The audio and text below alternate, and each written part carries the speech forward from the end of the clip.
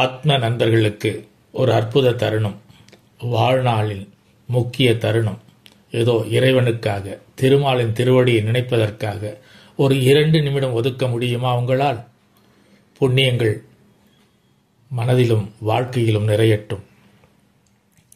திருமாலின் திருவடியின் மகிமையை நினைப்போம், சிந்திப்போம், கேட்போம், மற்றவர்களுக்கும் பகிர்வோம்.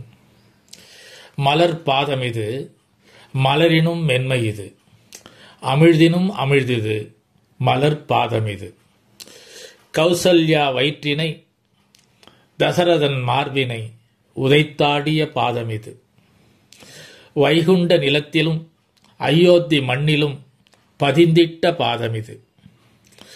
ஒளிரும் பாதம் இது, மிளிரும் பாதம் இது, மைதிலியை மயக்கிய பாதம் இது.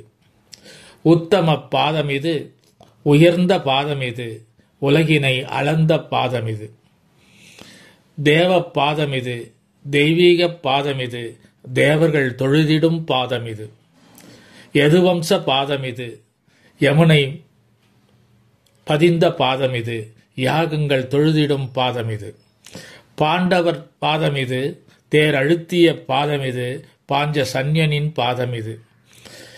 கானக பாதம் இது, கருணாமயமான பாதம் இது, கல்லை பெண்ணாக்கிய பாதம் இது.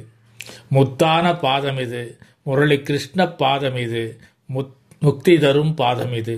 இந்த முக்தி தரும் பாத திருவடிகளை நினைப்போம்.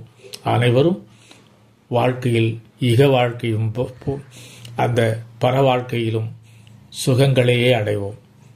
அம்பாள் அனுக்கிரகம், ஆசீர்வாதம்.